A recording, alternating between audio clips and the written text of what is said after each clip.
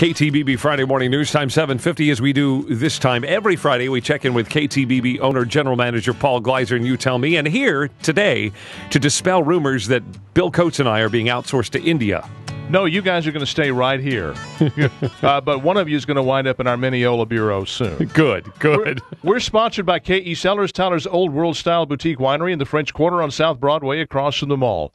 We like it when you share these commentaries with your social network via Facebook, Twitter, and email. And more important, we like your comments.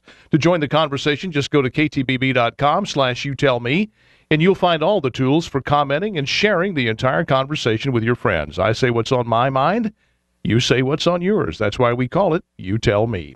Since 1960, the country has been in a tug-of-war between those on the right that believe that one can only be truly free when one accepts full responsibility for one's own life, and those on the left that believe that freedom is not possible unless the basic necessities of life, such as food, clothing, and shelter, are guaranteed by a large activist government. On 4 occasions since 1960, those on the left captured the White House and sizable majorities of Congress. In 1964, it was Lyndon Johnson. In 1976, it was Jimmy Carter. In 1992, it was Bill Clinton. And in 2008, of course, it was Barack Obama. On 3 of those occasions, the country's move to the left set the stage for Republicans to take either the White House or sizable gains in the Congress in the next election. On no other occasion has the lurch to the left been greater than it has been in the 20 months following the 2008 victory of Barack Obama. And it's now clear that the Democrats will certainly lose the House next month, and they may well lose the Senate. What lessons are these 50 years of political history trying to teach us? I can think of 3. First, America has a very sizable plurality of those that would love for the government to somehow relieve us of freedom's downside. And sometimes they win the day at the ballot box. Personal responsibility is the ultimate expression of freedom, but with personal responsibility comes the very real chance of suffering and failure. I believe that a sizable percentage of us would like to believe that we can be relieved of that worry and live our lives as we see fit. Work only when the available job amuses us, use tomorrow's money for today's gratification, hand off the raising of our children to government-run schools, and all in all, live a consequence-free life, secure in the knowledge that if things don't work out, the government will be there to rescue us. Why deny yourself the brand new car for the purpose of setting money aside for retirement when there's Social Security? Why take a crummy job when unemployment benefits can be stretched to nearly 2 years? Why set aside money for health care when someone else will pay the bill if you get diabetes or heart disease? Why worry about borrowing more than you can pay when the government will step in as your advocate should things get tight? These natural desires reflect human nature, but they also set the predicate for the second lesson.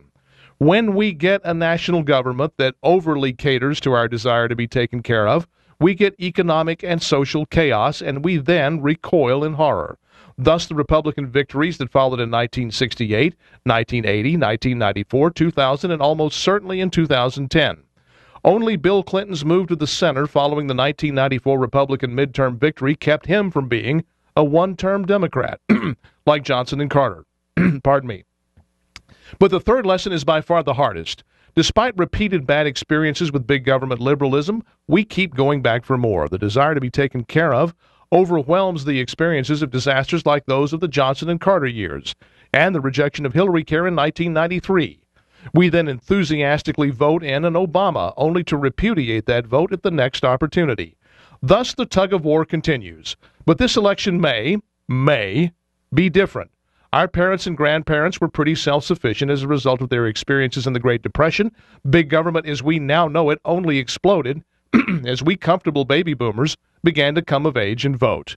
The experience of the Great Recession of the 21st century may, at last, be a game changer, and the false promises of big government may stand repudiated for a generation.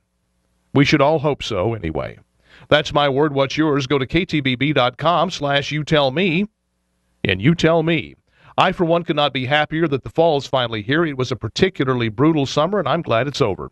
This is when you're glad you have the patio that was too hot to use a few weeks ago, because that patio, or that front porch, or your glider swing, or wherever else you're comfortable outside, can be the place that you enjoy one of 3 terrific red wines from K.E. Cellars. The 2007 vintage was a great one. It produced Keepersall Estates 2007 Merlot, the 2007 Cabernet, and the 2007 Shiraz.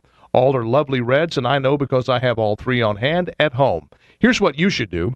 Go by KE Cellars after work today and tell them that I said to set you up a 2007 red wine flight. Sample all three, pick the one or the ones that please you. Tell them to put the tasting fee on my account. You can do all of this because KE Cellars is a working winery with a tasting bar. Try any wine in the collection before you buy it. You simply cannot be disappointed. KE Cellars, Tyler's old world-style boutique winery in the French Quarter on South Broadway across from the mall, and online at KECellars.com.